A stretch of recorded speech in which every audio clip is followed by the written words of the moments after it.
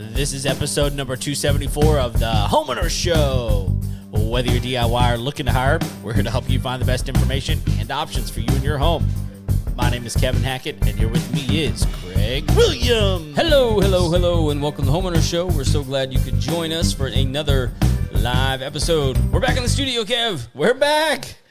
I didn't know if we'd ever get back, man. We made it. We survived the freeze. Well, it wasn't as bad as the one before. Well, you say that. There was a lot more car wrecks this time. Yeah, well, it was weird because I don't think anybody expected it to be quite as bad as it was. It got colder than they predicted. Yeah, well, not just that. I think that the wind was worse, which made the feels like so much worse. Yep. And because of that, a lot of things changed. And one of the things that changed, you said it wasn't as bad. It was worse for me. Well, because we had a problem. Uh-huh. And I think I told you. Hey, you called me. I remember. Yeah, I called. And we woke up. Let's see. Everything went south on Sunday. Monday was fine. Everybody was home because it was right. Holiday. Tuesday, everybody was out of school. But we woke up Tuesday with no water, which we live on a well. Uh-huh. And so I'm going, okay. Things have gone awry. Yeah, and I'm going, okay. Well, it could be a lot of things. We've had issues here and there with our well, and we've never had a well before. Like, this is the first time living on property that we've ever had that. So we're learning how to deal with this. Well, we've had issues where, like, it's just a breaker, right? So I go out and kind of start examining things, and I find, well, all the breakers are on, so that's not the issue. Right. And so long story short, we did have a pipe running from the wellhead. So anatomy of a well, real quick. Everybody needs to know. So you got the well, and you got a pump. The well is a giant hole in the ground. Giant hole in the ground. You put a pump down there, connected to a pipe that goes all the way up to the wellhead. Mm-hmm. The wellhead then distributes the water to a holding tank that's pressurized, and that then distributes water to your house, right, or wherever else you. That's how you achieve water pressure. That's where the tank is pressurized, so the pipes from the wellhead to the tank froze. Okay, and oddly enough, the one pipe I knew was a water pipe that goes straight into the tank. I knew that, and it's been wrapped since I moved there. The other pipe I didn't even know was a water pipe, and it's never been covered, ever. Even last year during the crazy freeze, never been covered, and we didn't have any issues. And that's the one that froze? That's the one that froze. And so what happened was the pump was pumping to what they call a dead head. The well head couldn't go anywhere, so it was dead. So what happened was the pump was pumping water, but the way the pump cools itself is water travels through the pump and cools it. But if it doesn't go anywhere, then it just sits there and churns, and it starts getting hot. The pump itself gets hot. Yeah. And hotter and hotter and hotter and hotter. It didn't burn the pump up, but it did melt the PVC that it was threaded to. And I don't think I even showed you. Whenever they were pulling it up, the pump was literally hanging by the electrical wire. Oh, geez. And thankfully, our well guys are smart, and they tape that thing like crazy. Because otherwise, I mean, if it's swinging or anything, it won't make it up through the pipe. Yeah. And but they got it up, and basically, they don't really know what's going on until they get the pump out of the ground. So they got the pump out of the ground. They're like, "Look, man, like I don't see any major damage to the pump, but we can't open it up and find out what's inside the casing. But if those turbines inside have dislodged or melted or anything, right, then you're going to have a problem. Yeah. And then whatever labor you're going to incur by us just putting this thing back in, you're going to have to incur again. Mm-hmm. And that could be a month from now. It could be 3 years from now. We have no idea. Right. And he was like, so you can take the risk. And he said, this thing pumps 15 gallons a minute, which I was like, dang, that's a lot. That's a lot of water. Yeah. It pumps 15 gallons a minute, and it may pump 10 gallons a minute. You don't know. It may pump 5 gallons a minute. But we won't know. And he was like, so, take the risk and do what you want to do, or we can just put a new pump in. Dude, we just put a new pump in July. Oh, really? Yeah, because the pump did die. I mean, it was just at the end of its lifespan in July. And we were in Branson, actually. We're going to talk about Branson a little bit tonight. Yeah. We were in Branson with my family, and I get a call from my wife. She goes, we got no water. I've called the guy, and he's got to come out. They had to replace the pump. And I elected to replace the pump. Because, dude, I just didn't want to. How much are one of those? Do you not want to? Are you still? It's hurting? a lot of money. It's a lot of money. It's a lot of money. It was pumps are not cheap. No, it was the entire bill. Well, the labor included. It was $3,700. Jeez, that's the second time in 6 months I've done that. That's not fun. No, not fun at all. And they're not warranted at all. I guess. Well, no, they are, except for natural disasters. They're not warranted against lightning strikes. They're not warranted. Yeah, naturally. They're not warranted against freeze. They're not warranted against. This was an interesting. They're not warranted against portable generators, which is what I have. Right. I mean, I got the biggest portable generator you can get that runs on natural gas. I got the biggest one on the market. But if something happens while it's connected to that someday, then tough noogies. Yeah. So, I mean, and I get it. I mean, I understand, like, they can't, I mean, at that point, you got voltage issues. You've got all sorts of things that can happen. But, like, it's frustrating to, like, run up against that. But at the same time, I think it's good for people to understand, like, why it is that way. Sure. Because, I mean, and I think, like, specifically, like, with the generator, I mean, like, sometimes people just, like, jerry-rig stuff. Right. And like the wrong voltage will run through that pump or whatever. Like, and so like since they have no control over that, right, they can't warranty that. No, it's absolutely it's beyond their control. Right. So whenever they don't have a controlled environment, right, then they can't warranty. And I get that. But man, they put that new pump in and everything's great again. I will tell you this. We wound up getting low water pressure in a few places. And I was like, dude, I was tired. Like, it had been a long week, and plus just all of this going on.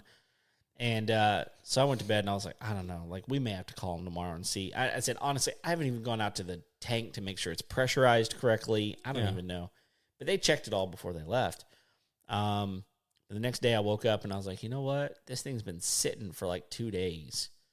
I need to take the shower head off and just see what's in there. And it was just gunked up. I bet. With that filter inside.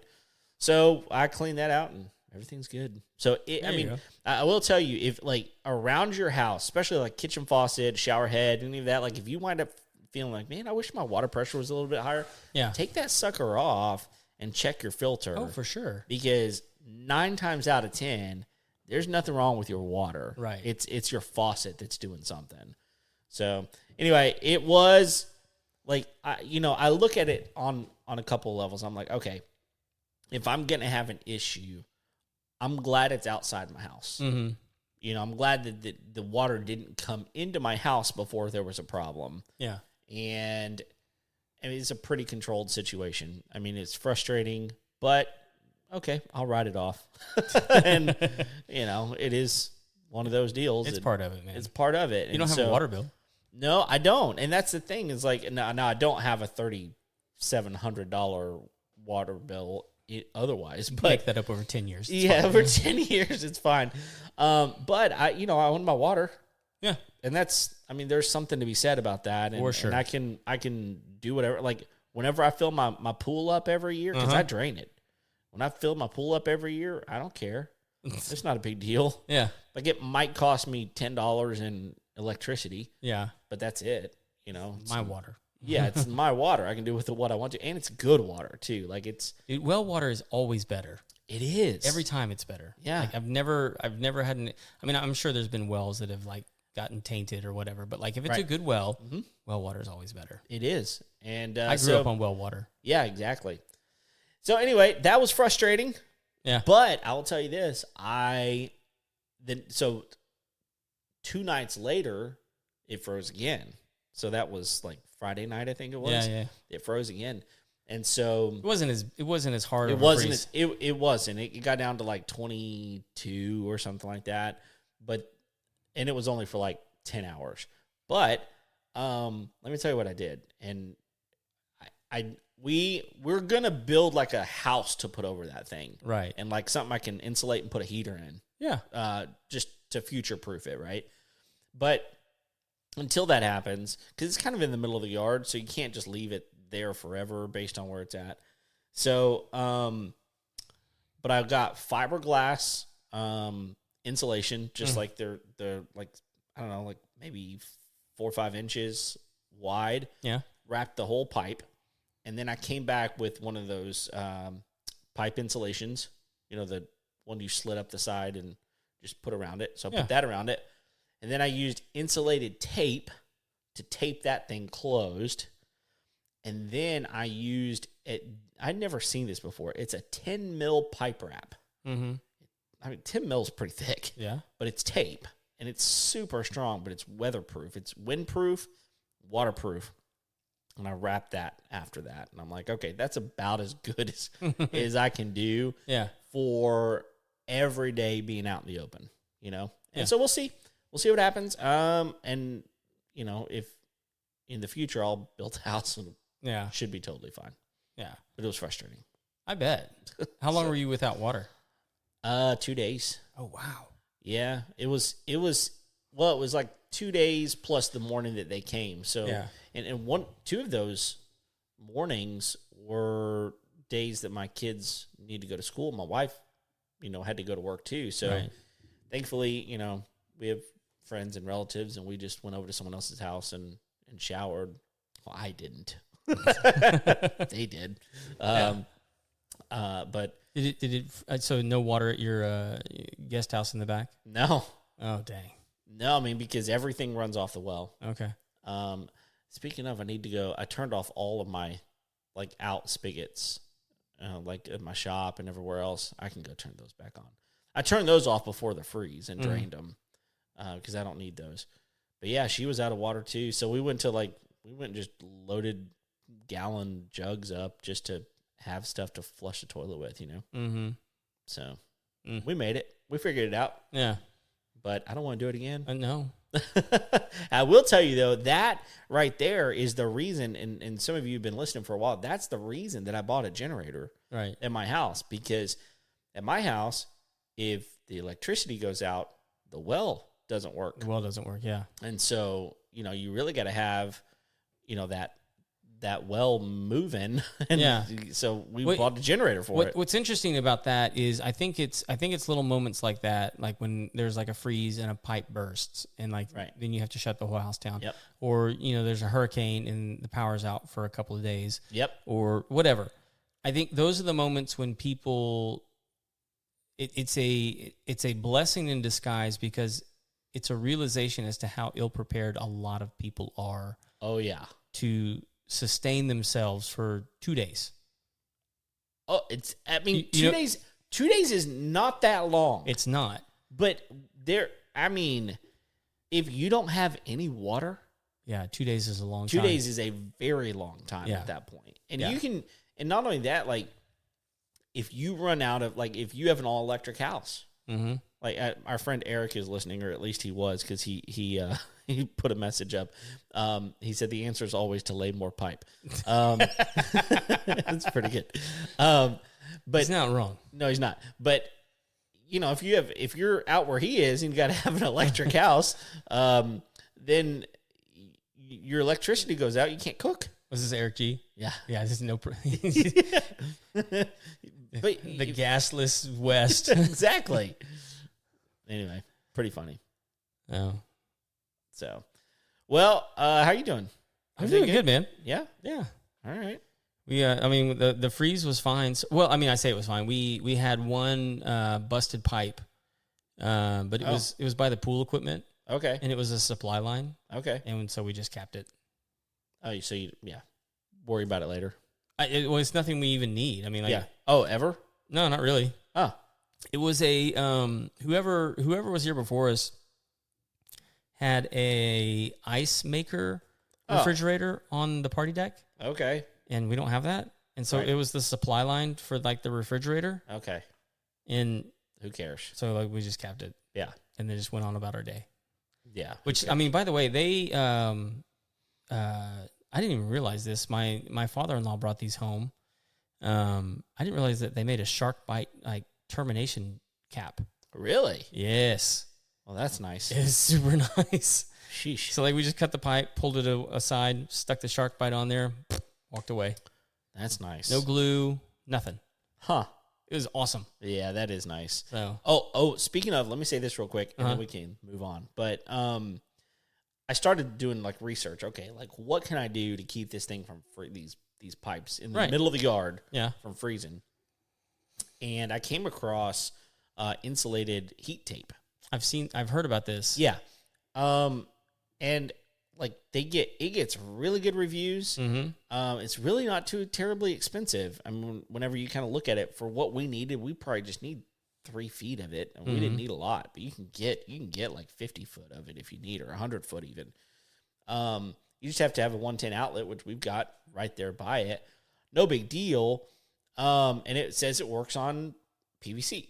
Right. Well, I talked to my well guy about it, and he goes, man, he said, I know people that use it, but I've seen 2 instances where it just melted the pipe. Dang. And he goes, that's a big problem. Yeah. And he goes, so, I mean, I can't recommend it. Right. He said, and this was very interesting. Do you think it was like improperly installed? I mean, because like I don't want to hear from the heat tape people like, hey, like you're messing with our product. It's very possible. I mean, but here's the thing. But I mean, like that plumber guy. I mean, he probably could have like sold you some heat tape right there if you really wanted to. Oh, absolutely. You know, yeah, absolutely could. And it's one of those deals where you go, okay, properly installed or not, it happened. Right. Okay. If it's not properly installed, then now you got to hire someone to come install it properly in order for this not to be a quote unquote problem. It becomes cumbersome at that point, right? So, especially when literally you're supposed to take it and just like, spiral it around your. Well, that's what I'm wondering, right? Is like, this is something we run into our industry all the time. It's like, well, you read the instructions, but then you thought that they didn't apply to you. Oh, you put the right amount of mixture in the tank, but you did it twice. Right. Right. And so you, and I don't know anything about heat tape, how to put it on. I know nothing about it, but I'm wondering if, like you said, like, well, just keep a gap on your spiral of like 2 inches or something. And they're like, oh, well, I really don't want it to freeze, so I'm going to make the gap, 2 centimeters. Yeah. And I think that on a metal or copper pipe, probably wouldn't matter, but on PVC, probably, yeah. Well, PVC. Copper's kind of weird, man, because you got to sweat that pipe. And that's what, if you heat it up too much, I don't know how hot the heat tape gets. I don't think it gets super hot. I actually might be more concerned about putting it on copper than I would PVC. Maybe. All I know is that he advised against it. And this was something he said that I found very interesting. He goes, man, believe it or not, the last 4 years have been colder than we've ever seen. And he said, so we're still learning what to tell people to do. And he said, we've had harder freezes the last 4 years than we've ever seen in 25. Yeah. Which for 25 is not a large sample, obviously, but for them, 25 years in business. That's a career. That's a career. And so whenever you don't have hard evidence data to go, this is what we've done before, and this is what we know works, right? And you can't recommend to your customers what to do, that's a problem. And they recognize that. They weren't they're like, just man, best case scenario is to wrap it and build a house over it. Yeah. And I'm like, that's foolproof, really. Yeah, building the well house is that's key. Yeah, and we've got that. I mean, our tank is in a heated and air conditioned building, but that wellhead isn't. Right. So, anyway, well, let's talk about. Well, hey, this episode yes is brought to you by. Let's talk about that. Lone Star Appliance Repair. Yes, they are. Yeah. Lone Star Appliance Repair. This is the place. I was actually in conversation about Lone Star Appliance Repair the other day. Their phone number, by the way, is 936-647-2364. It's right there on the screen if you're watching online. I was talking to someone about repairing their appliances the other day, and it's very interesting because the tendency for everybody is just throw the appliance away. Sure. My parents actually just had this happen. Something happened. Their fridge stopped working. They're like, we're just going to go buy another one. And I'm like, why don't you just get it repaired? And they're like, well, we've heard this, we've heard that, blah, blah, blah. And I'm like, okay, find somebody in your area that is reputable. And that's one of the things that I think is the most important. Someone's not just going to come in and sell you a bunch of parts or come do a diagnostic and then tell you we can't fix it. Right. Whatever. Someone who's reputable that's going to take care of you. And Lone Star Repair does that. Yeah. We've used them, right? Like they're going to take care of you. Yeah, every time. So, every time. So, I mean, we had them out today. Oh, really? We were supposed to have them clean our washing machine, which most people don't even know that you need to have that cleaned from time to time. They've got a maintenance system for that, they don't do. they? They have a maintenance plan for that. And just communication error. They didn't realize that ours were stacked. And they're like, we're really supposed to schedule this with 2 people or a dolly. Oh, that makes sense. In order to make this proper. And they were like, well, we usually charge like a service fee just for being out here, but like not today.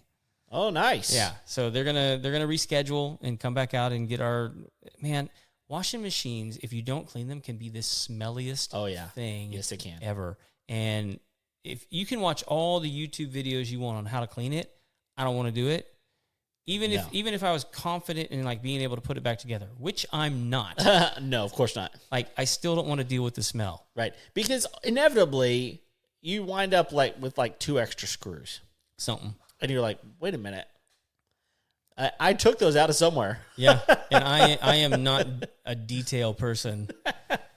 And they're just not going back. Not going to go back. So I'm either here's what's probably going to happen if I do that. Yeah. I'm going to flip it on and see if it works. Of course. And it'll probably work. Yeah. But if it doesn't, what are you going to do? I'm buying a new one. Right. So it's just, at that point, it would have been smarter for you to just have them come out and do it for you. It's a $6,000 to $1,000 mistake at that point. Right. And whereas I could have just paid somebody else to do it. Right. So exactly. I'm going to pay somebody else. I'm going to call Lone Star Appliance Repair.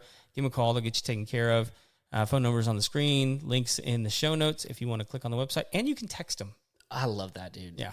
So, maybe my favorite thing. Text them. Send them some emojis. That's right. I love it. Just random emojis. That's right. We love you guys. Thanks for supporting the Homeowner Show. Cool. Yeah. So really, tonight we're doing a bit of a trip recap because we just took a big trip to Branson. Yeah. I didn't even know y'all were going, man. I know. Jerk. Oh, well. You'll get over it. We'll see. Yeah, so we stayed in a really cool place right on the lake. It was right across from the I don't know where the Bass Pro Shops is. Oh yeah. So we were right across the lake from that. Okay.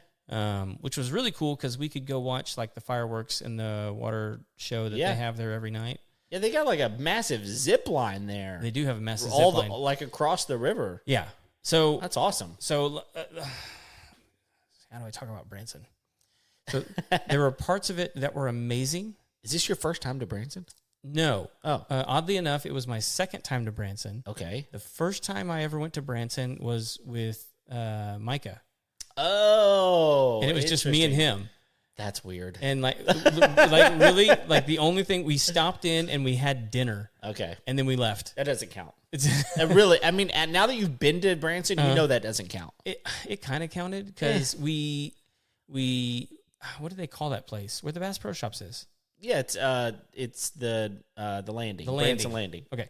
So we walked through Bass Pro Shops, and then we went and had dinner somewhere in the landing. Okay. And then we left. Okay. And we drove the drag. I mean, like we saw everything that was there. But we just that was all we had time for, and we were going to go through Branson anyway. 76, right? What? Isn't that the name of the road? I have Highway no 76. It's 76. I'm pretty sure. Let's just call it. Yeah, they'll rename it. It is what it is. Yeah. They'll rename it. The Homeowner Show 76. That's right. That's right. We heard it here, folks. We made it famous. Right, not you guys that have been performing there for like the last 60 years. That's right. It's us. Right. So we went there for two reasons. One was to go to Silver Dollar City. Yes. And the other one was to go see Queen Esther. Oh, yes. Both yeses. So have you seen Queen Esther? I've seen, but yes, I have. So here's we'll start off with the good. I have been to many Broadway shows. Yeah. Many over the years. Sometimes because I wanted to go, sometimes because I was forced to go. I, on the other hand, go to them on purpose. Yeah. Yeah. Dude, let me always. Okay. Funny story about Broadway shows. When I think I was, man, how old was I? I think I was like 16 or 17. Okay. And for Christmas one year, my mom said, I want to take everyone to go see a show. And her and my sister had gone to New York and seen Stomp. Oh, okay. And they loved it. Yeah. And there was some sort of show playing in Houston, which if you don't know, is Houston still number 2? Yeah, the last time I checked, it was. So, believe it or not. Yeah, Houston is number 2 when it comes to theater. Theater district, yeah. Yeah, and like that's impressive considering there's like Chicago and London and LA. Yeah. I mean, like there's some cool theater towns, but Houston's number 2 after New York. It's crazy. I don't know that anybody will ever top New York, but Houston's number 2. So you can see some incredible shows in Houston. Mm-hmm. And she was like, "Hey, I found this show. It's just like Stomp. We want to go see it. Let's go see it." And so it was either like a few days. And you'll understand why my confusion on the dates here in just a second, because I don't know what date this holiday's on. But it was like right before or right after Christmas. And so we go and we're sitting in the audience and we're there a little bit early. Was it Blue Man Group? No. Okay. No. Okay. All right, keep going.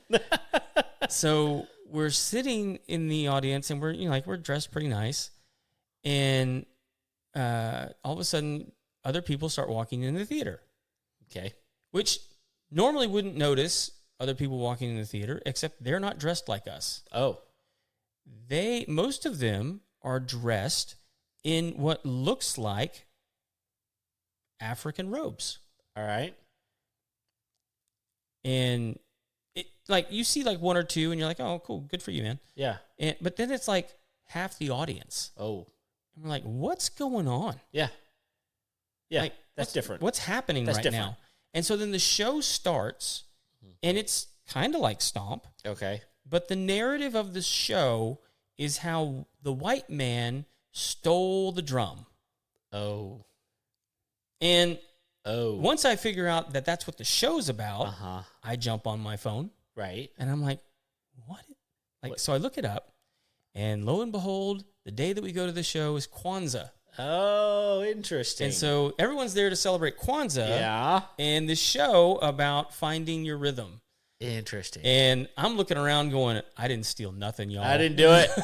I didn't take it. I don't know where it is. If I had it, I'd give it to you. Give it to you right now. Right now. So it was so wow. Anyway, all that to say, we've been going to see shows for a long time. Sure. And I will say this, as Queen Esther is probably the best, if not the best show I've been to ever. Interesting. Ever. That's interesting. Just really, really good. So one of the I'm curious about a couple of things. What about it? Because I've seen 4 shows there, I believe. The Sound and Light Theater? Mm-hmm. Yeah. Not Sound and Light. Sound. I think it's Sound and Light. It's similar to that. Sight and Sound. Sight and Sound. You're absolutely right. Yeah. Sight and Sound. My bad. But the Sight and Sound Theater, I've seen 4. I've seen Esther. Mm-hmm. I've seen Jonah. That one looks cool. I've seen Noah. And I've seen Joseph. Okay. and all of them are unbelievable. Mm-hmm. So I'm curious, what was the thing that you went, oh wow, about it? So one, I didn't know it was going to be as big. What do you mean by that? It's just a huge theater. It's a huge theater. I think it seats like 2,500. It does. So it's a huge theater. And they sell out almost every show. Yeah, they said like they over 700,000 because they run like a show a year. Right. And I think they're going to re-up Esther. They might. Just because it was so successful. But like they said over 700,000 just this past year went to go seen that one. Seen Queen Esther. Right. But I didn't. So like I do this a lot. Like I try and go in with like zero expectations. Sure. Like if it's like a new experience, I try and not research it. Sure. Especially if it's something like somebody's invited me to. Yeah. Because I feel like if I research it, I'm going to go in with things that I already don't like about it. Yeah. And I don't like doing that to somebody else's art. Sure. So anyway, I did not realize it was that big. Mm-hmm. I did not realize it was a wraparound theater. That is maybe one of the most impressive things. Yeah, and if you don't know that. Yeah, if you don't know that, and I didn't know that. Yeah. And so like when you're in there, it looks just like a regular theater, but then all of a sudden the sides open up. Yep. And it's not just that the sides open up, but like there's actual stage props and people and things happening at like 180 degrees. 180 degrees the entire show. Yeah. Like during the time when something is happening on the left side that people are talking and interacting with each other, there's still townspeople doing stuff on the other side as if all of this is happening in real time. Right. This is not a moment in time. This is like inclusive. Yeah, it's very immersive. Yeah.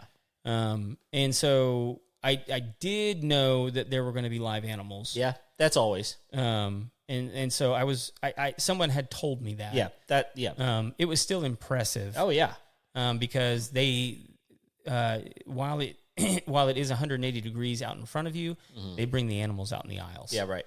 And where are we all sitting? Center. Lower level or upper level? Oh, lower level center. Okay. Yeah, like my mom went all out for this one. Yeah, it's interesting because personally, I like the upper level better. Because you can kind of see everything? Yes, because it's such a wraparound. Yeah. If you're in the front or in the middle anywhere, you have to like physically turn around to see everything. Yeah. And if you're in the back, you can. I can see how you would like that. I liked where I was at because I felt more in the story. Sure, I get that too. But anyway, just incredible production. Yeah. And like I'm telling you, like I've been to Cats, I've been to Phantom, great shows.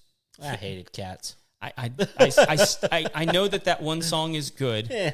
Everything else is just crap. It's weird. It's just, no, it's not. It's weird. It's dumb, is what it is. That's also that. So and like, I get it. Like it was a creative project. Blah blah blah blah. Whatever. Didn't like it. Didn't either. But yeah, it was like every bit of that show was just great. The talent was good. Yep. I mean, the singing was good. The songs music were was good. good. Yeah. Like it was all. It's just very well done. Yeah, very well done. Yeah. So I was super impressed. So cool. The highlight of the trip for me. Yeah, for sure. So that was the main thrust of the trip. Okay. So my mother insisted that we go to Silver Dollar City. Okay. Which I'd like to go give it a second shot. Okay. Because it was like 30 degrees the whole time we were there. Yeah. So when we went in into July, beginning of August, I imagine it was lovely. It was nice. Mm-hmm. It was hot, but it wasn't so hot that if you weren't like consistently cooling yourself down, you were miserable. Right. It was, but 30 is a little ridiculous. Yeah. And some of the rides you just can't even do. They won't even open them. Yeah, two of our favorite rides are water rides. Mm-hmm. And can't ride those. So the whole reason we went is because we went on I think it was the 27th. No, we went on the 28th. Okay. They were closing the park on the 29th. Okay. And it's the last, so you could literally be like one of the last people to ever ride Fire in the Hole. Oh, because okay. they're shutting it down forever Are they? after this season. Really? So it's gone. Why? Because they're replacing it with a newer version. Oh, okay. And it'd been open since like 1971 or something Yeah. like that. Yeah. And you could tell. It's rough. It's Dude, I but made it's a like their mistake. most famous ride. I know. I made a mistake of going whenever we went. It was actually not crowded at all last time we went, and which was odd. I think people had started like going back to school and stuff like that. But I made the mistake of being like, let's ride this first. And it's my kids. And they're used to Disney. Sure. And most of the rides at Disney, even if they're intense, they're smooth. Sure. That one's a little tough. Rylan rattled his brains out. Oh, okay. But beyond that, it was... Yeah, I mean... It's rough. Yeah. Yeah. So, good move on shutting it down. Yeah, I agree. But, like, we were, like one of the last ones to ever ride it. That's cool. So, that was cool. But that was, like, the only ride. I think there's, like, the water prison... Oh, yeah. Uh-huh. That one was open. Okay. So we got to ride that one. Everything else was closed. Really? Everything else. The Time Traveler was closed? Yep. What? Yep. I didn't actually ride it because I knew my kids would like lose their ever loving mind on that one. Uh-huh. But that one, if you don't know, if you're just listening, that one it's a roller coaster, but the seats move independently and they can swivel all the way around as you're riding. So you can get oddly disoriented in that one. Why they call it Time Traveler. Right. So every ride that was outside was closed. Oh my goodness. Yeah. And so like we had a few shows we could go to. Okay. And there was food. Did you get the cinnamon bread? No. Is it called cinnamon bread? I think it's called cinnamon bread. It may be called something different than cinnamon bread, but if you didn't get it, you missed out. Best thing sure, I've ever had. Let me tell you, I missed out on a lot. Okay. There was a lot I missed out on that day. Well, but you did do maybe the coolest thing at Silver Dollar City, didn't you? Which is? The cave. Oh, yeah. Dude. That was the only thing. That was the only thing. Redeeming quality. The only redeeming quality about that day. Was it not amazing? It was amazing. Yeah. Here was what made it extra amazing. Okay. That thing is geothermal. Oh, yeah. And so it was warmer inside there. So it was by like almost 40 degrees. Yeah, so it was super cold. Like it was cold when we were there. Right. And yeah, it stays a certain it's like temperature 68 degrees all the time. Yeah. Yeah. So, I mean, like when we got in, we we're like, oh, thank Jesus. I'm sure you did. Yep. I mean, well, and like because they only have like so many tours a day, and Right. we hit the second to last one, and because I think the park closed at like 6:00, And it's one of those places where like it takes, isn't it like 2 hours? It's like an hour and 15 minutes. Okay, that's all. Yeah. Okay, well, I was thinking it took longer than that. Whatever it was, they're like, look, pee now. Right. Because you're not going to have another chance until you come out of this place. Yeah. Yeah. And they're not wrong. No, but the whole thing's incredible, man. It I mean, absolutely like is. they were telling us about how for the 100-year anniversary they flew 5 hot air balloons in the big cave Into it. which I mean, incredible. I know. Absolutely incredible. Uh-huh. But I mean, like the waterfall was cool. I mean, like honestly, like the whole park is worth it if you go to the cave. I haven't ridden any of the roller coasters, but if you just see the cave, You're right. You're doing good. You're not wrong. And I will tell you, the next time I go, I want to go to the bat area. Like that's a different tour. It's called the Lantern Tour. Yeah. And you go in, they literally give you a lantern, and there's like, I think they said there's some crazy number, like 100,000 bats or something. Yeah. Like some stupid number, and I'm probably wrong on the number. Yeah. But it's pretty amazing. So let me tell you something else that's amazing. I had another company send me another pair of boots. What? Yeah. Are you kidding me? So this is what do I have to do? Do I literally have to like sell my soul? What do I have to do to I get did not a pair sell of my boots? soul. Okay, well that's good. So I'm just Congratulations, Craig. Thank you. What you got? So Rocky Boots sent me a pair, and this is the pair that they sent me. Okay. Dude, hold those up just a little bit. Right there. There you go, dude. Yeah. So square toe. Say what? Square toe. Square toe. It's got a rubber sole. These are actually work boots. Yeah, they got grass on the bottom. I've been working in them. So here's what I did. So they sent them to me, and after Georgia Boots sent me their boots, and I had to break them in a little bit. Mm-hmm. I was like, all right, I'm gonna actually give these things like the most rigorous test I could possibly think of. Okay. So I wore them to Silver Dollar City. No, you didn't. And it was like the second time I had worn them. All right. To a theme park? To a theme park. What? Yeah, I know. And so that was stupid. Well, I was like, okay. They said that they're comfortable. Yeah. But they also said they're work, and so like they should be ready out of the box. Like this is like Ariat level. That's what Ariat like. Yeah. That's what their whole big thing is. Right. Okay. I will. And so here's what I'll say. When I put them on, they felt a little thin. Okay. And I was like, and so I had a little bit of trepidation about wearing them to the park. I was like, these feel a little bit thin on the bottom. Okay. But my feet did not hurt after that day. Really? I never once, I put them on in the morning going, okay, I need to be cognizant of my day because I'm wearing these boots because I want to give an honest review as to how they do. And I feel like walking around a theme park, which is where I'm going to get 15 to 17,000 steps in. Well, and that thing is up and down. Right. Silver City is treacherous. I think it's also fair to point out it's a huge park. It's big.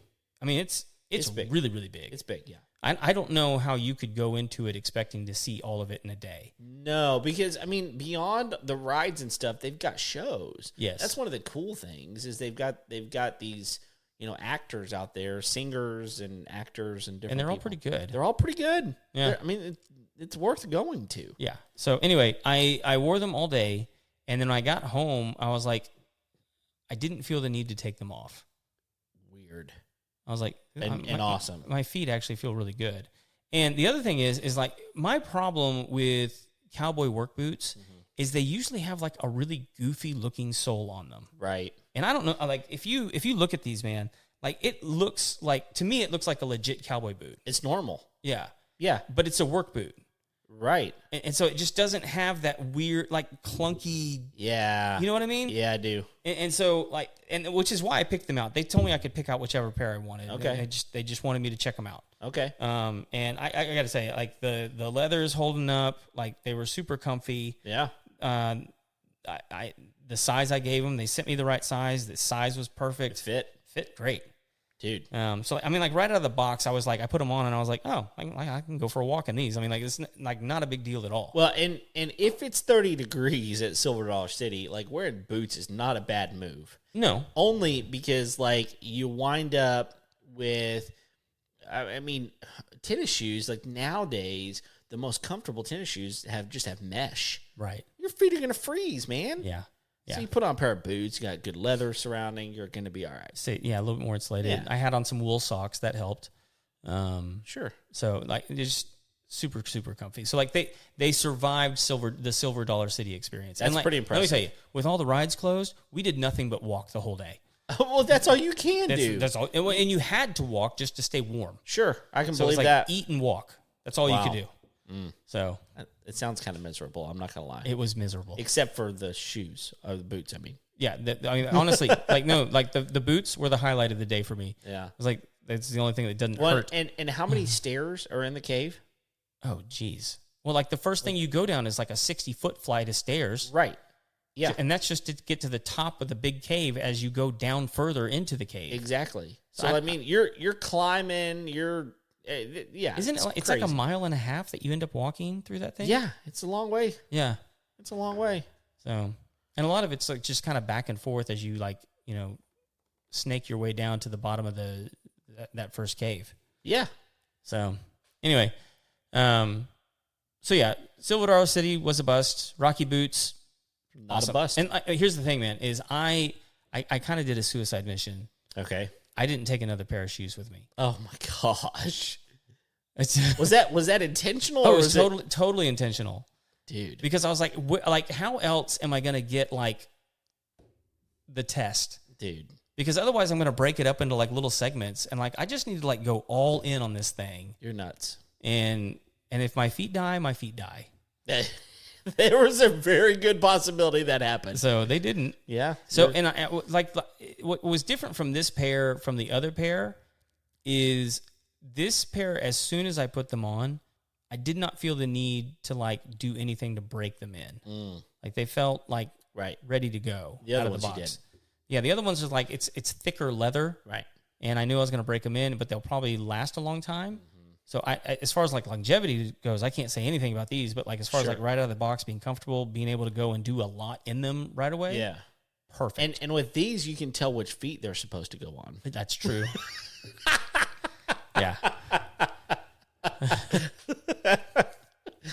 Yeah, I posted that picture and I was like, he's not wrong. They totally look like they're on the wrong foot. They do. Yes. But like if you walk up to them, you're like, oh, that's the left. It doesn't look like the left, but that's the left. You know that's the left. That's funny because the zipper's on the right. I'm just kidding. All right, so I've got this other story for us. All right, I wanted to lay it on you. Bring it. Oh man, where'd it go? Okay, there we go. You said it might surprise me, so we'll see. Yeah. So this particular one is from CNN Business. Okay. And the title of the article is "Office Vacancy Rate Hits Record High," and so this is back from the first week in January. Let me see if I can read some of this for you. It says more office space is currently sitting empty in the United States than at any point since 1979. Oh my goodness! Said, and this is according to Moody's Analytics, which began tracking office leasing vacancies that year. So, ever since we've been tracking office vacancies, now is the highest that it's ever been. Wow. Now, it could have been higher prior to 1979, but we don't know because we haven't been tracking it. So ever since we've been tracking it, it's the highest. That's interesting. Let's see here. Yeah, here it is. The national office vacancy rate rose to a record-breaking 19.6% in the fourth quarter of 2023. Moody's Analytics, that's the largest quarterly increase since the first quarter of 2021. And larger than the 19.3% level reached twice in 40 years. Oh, my goodness. The average pre-pandemic office vacancy rate was around 16.8. Let's see if I can find. I'm going to tell you something that I know to be true. I just don't know that it's in this article. Okay. Okay, it's not in this article. Tell me. Lay it on me. I'll see if I believe you. So that's the national average. Right. The 19.2, is that what you said? 19 point something. 19.6, I think. 19.6. Yeah, no, right now it's 19.6. The last highest one was 19.3. Average. 19.3 was back in 1979. Oh, jeez. So 19.6 is what it is right now. Right, okay. That's the national average. Okay. Which means... It's some high. Yeah. A lot higher. Do you know which city has the largest commercial vacancy rate in the United States? I'm going to take a wild guess and say Houston. You got it, Bubba. Wow. And it's like over 20%. Oh, my goodness, dude. Yeah. Like, so I'll tell you this. I've actually had a weird observation over the last 3 months. So the last 3 months, whenever I go to work on Tuesdays, Mondays is not this way. I go in late on Wednesday, but on Tuesday, I just looked it up. What the rate is In Houston, yeah. What is it? 22.3. Oh my!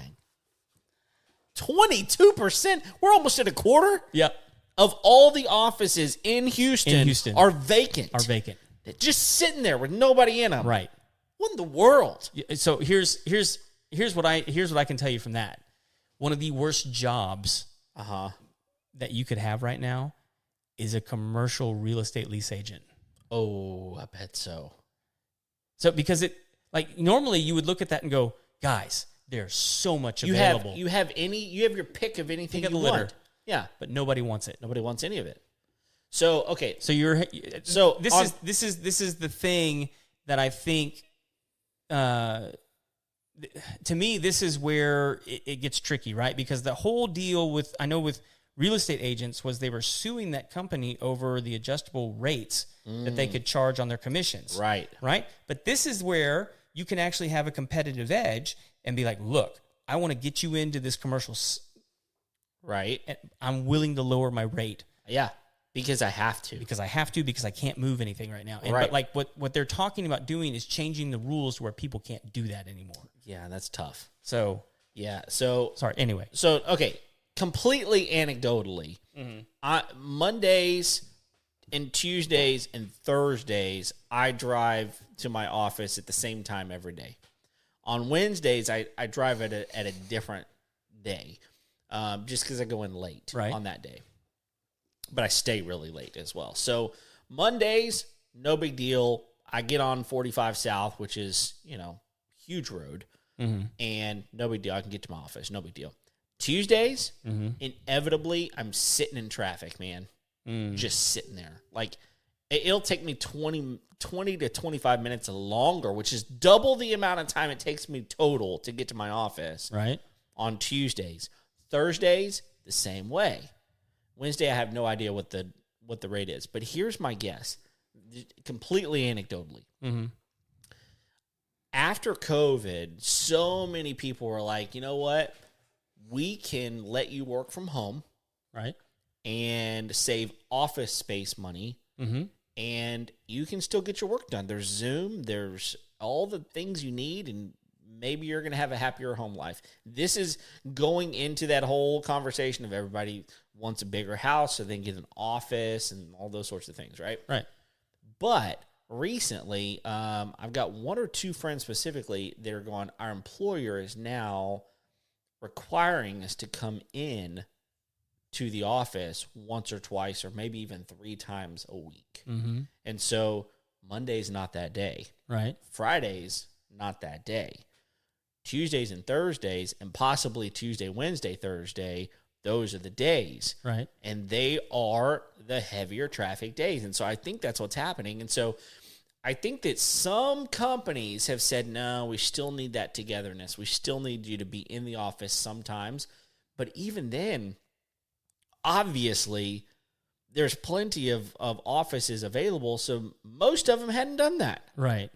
Well, and and I'm sure it's not just offices. There's storefronts too. Oh yeah, Yeah, it's not just offices. yeah. You're seeing like the shopping centers. I mean, Right. that is included in these numbers. Which they're still building them like crazy in Conroe right now. I know. Shopping centers are going up everywhere, and in Montgomery too. They have to because they already have the money, and they can't not use the money.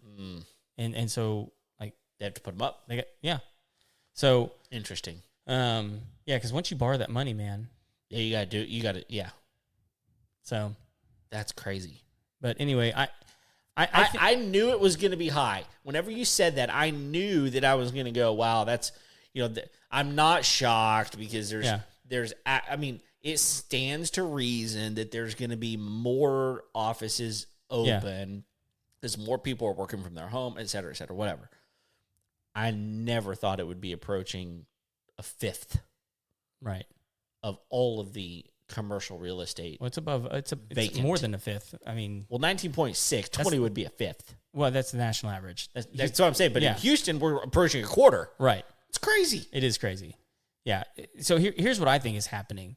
I think you're right on when you say like there's employers that offered remote work, and now they're saying, hey, yeah, you can work remotely, but you still need to come in the office from time to time. And because, I think it used to be that you could incentivize your employees to come in because you could offer them upward mobility, and part of that upward mobility is getting your own private office. And so like that used to be the thing, right? Is you want to move into the corner suite. Right. No one cares about that anymore. Right. They care about the money. I'd rather have that money to put into a home, right, that I can put a corner office in my home. Yep. they care about money. Yeah. They care about respect. Yes. And they care about position. That's it.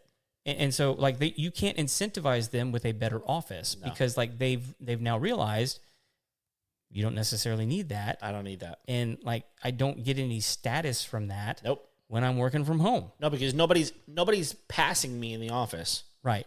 And I'm not in a place where if I didn't want people to pass me, now they can't because I'm in a corner, right? There's whatever, right? There's no reason for it. Right. And you don't get held up in as many stupid meetings. No. That waste your time. Nope. I mean, so there's all these things that they've begun to realize about like the negative aspect of working at an office. Well, the employers have started to figure out, well, like there's actually some positive things from having your people here. Right. Is like you can actually, have some accountability. More monitoring. And actually like, hey, like we know that secretly at home you've been getting done in 2 days what it used to take you a week to get done. Right. So if you can get done in 2 days what it used to take you a week, why can't you just get more done? Right. Why can't you be more productive for the company? And the only way we can hold you accountable to that is by having you come into the office. Right. So it's a catch-22. Yes. And so there's this, and so, but when you don't have the office incentive as like a status symbol for your company, well, then you just have one big common workspace in the middle. Right. And so you don't need the square footage that you used to. Even if you had like 50 employees, you could operate off half of the square footage that you might have had before. Well, this actually happened with one of our mutual nonprofit friend groups. They moved from a pretty decent size office area to like tiny offices. You know what I'm talking about? I think so. And they moved down from like right there on 1488 down to the Woodlands. Yes. So you probably know exactly what I'm talking about. I do know. And it's like they a said, room. Yeah. Their office is a quarter of this size of space. Yeah. But they now have different meeting rooms and like things that they access actually to shared need. areas. And she said it was the same price. Yeah. Which is crazy. Crazy. Well, the crazy part is that you're paying that much for non-privacy. Right. I mean, it's still a lot of money, and that's part of the reason. But at the same time, it's like they're actually where more of their donors are. Yeah. In many ways, I think that's part of it. But yeah, it's crazy. I want to bring this up real quick. So I'm putting it up on the screen right now. Roger Garza says, move our symbol here. Monday, Thursday, and Friday are easy to get into Austin when I work. Most work from home those days, from what I've heard, is what he said. So Monday, what he's saying is Monday, Thursday, and Friday are this is someone days commenting on the... Yeah. Okay. So basically what that means is that Tuesday, Wednesday are the days that employers are asking people to come in. That makes sense. Yeah, which it does to me too. I mean, again, anecdotally, I'm noticing that Tuesdays and Thursdays are the worst. Mondays are nothing. Yeah. Nobody. Fridays are nothing. Yeah. And so, but I don't know what Wednesday is. So yeah. Anyway, well, it's like people expect us to have this information like we have regular jobs. Neither one of us have regular jobs. I mean, you're out in it. I mean, you're driving all over the place. I haven't gone to an office in years. No. I even have an office. I don't go to it. No. You don't need to. I don't want to. No. Why would you? And I don't have to, so I don't. Yeah. I mean, you love the people at your office on your own time. Honestly, like here's the weird part, man, is I have an office. Yeah. No one works in it. No. Like it has we use it for inventory. Okay. We use it to house some files and other miscellaneous office things that we need from time to time. That's it. But no one really works in there. I mean, everybody that works for me works from home or in a truck. Yeah. And for what you're doing, that's all they need to do. Yeah. That's it. And like part of what makes that productive is hiring the right people.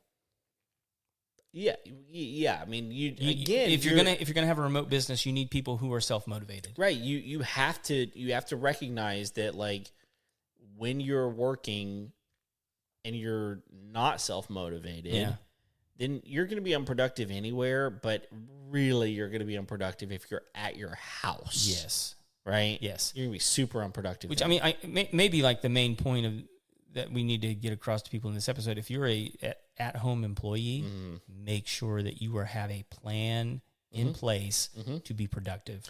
Yeah, and probably also, like, not just a plan for productivity, which I think that's definitely that, but also like some sort of like reasonable and accountability for yourself to go, look, I was actually on the clock during these hours. You can see that I was on my computer. You can see this, that, and the other. Like, I was working, and because again, your job, your employment status is tied to your productivity. Always. Oh, hands down. Always. Yeah. So, I mean, make sure that you're doing it. I mean, dude, I was talking to someone just the other day, in the same industry that I'm in, actually, and their employer told them, we want you to do this. And he was like, okay. And so it wasn't anything big. It was not a big deal. I'll tell you about it later. Okay. And a year later, they gave him a full year before they even checked up on him. And they were like, hey, did you do that thing? And he was like, no. And they're like, what? Why? And he was like, I really didn't want to. And they were like, what? That has nothing to do. Right. Like, it's like, what? What is happening right now? Yeah. What in the world? You got a year to do a simple thing. It was simple, dude. Simple. If they did it one time, they wanted him to do it regularly. But if he did it one time, he could have at least been like, you know what? I did it this one time and it didn't work out. Whatever. Right. Didn't do it one time. And I'm just like, come on, man. For like a whole year. For a whole year. So I think there's actually two people at fault there. No, I don't disagree. Yeah. I don't disagree. There should have been more accountability, but you get it. Oh, yeah. You get it more than we're talking about, but you get it. Yeah. But even still, that person should have been like, you know what? They asked me to do it. I'm going to go do it. Yeah. And if not, if you really don't want to, have a conversation. Yeah. You know? But on the flip side of that, I think it's very unfair to be upset about it. Yeah. When you didn't think it was important enough to follow up with for a year. That's fair. I mean, like that feels like a trap to me. Yeah. I'm like, fine with that. Because here's what I know is most employers know when they ask their employees to do something, whether or not they're going to want to do it. That's true. And so you're not asking them to do it because you want to do it, and you just want to hand off this really fun task to them instead. Right. No, you are asking them to do something probably that you don't enjoy either. Sure. And so if you don't follow up with them on that, then it really wasn't important to you in the first place to even get it done. And so I'm not going to disagree I'm not with you saying on that I'm not all. saying that they shouldn't have done it. They totally should have done it. Sure. They asked them to do it, should have done it. And by responding, well, I really didn't want to. Yeah. I mean, then you should have come and had a conversation. Different conversation for the beginning. Yeah. So, but not following up for a year. That's messed up. And then assuming over those 365 days that it was being done. Yeah, it's messed up. That's stupid. Yeah, I agree. So Completely agree. yeah. So, but like, why should I not be surprised when idiots hire idiots? I mean, like, honestly. Yeah, it's not wrong. So, I'm with you. so anyway. Good episode, man. Yeah. I think I'm curious. Like, did anybody else find those numbers with the commercial real estate stuff staggering? And if so, send us a message. You can get us at info@homeownershow.com. You can also send us a message on Facebook or Instagram. We'll find you. Yeah, let's get our stuff together, Houston. Yeah, we'll Let's respond. get those numbers better. That's exactly right. It's not that big of a deal. We'll respond. And look, if you haven't already done it, why have you not subscribed? Why have you not told your friends about us? We're cool. Well, mostly. But go leave us a rating and review. We would really like that. Until next time, y'all, thanks for joining us. We'll see you later. See you.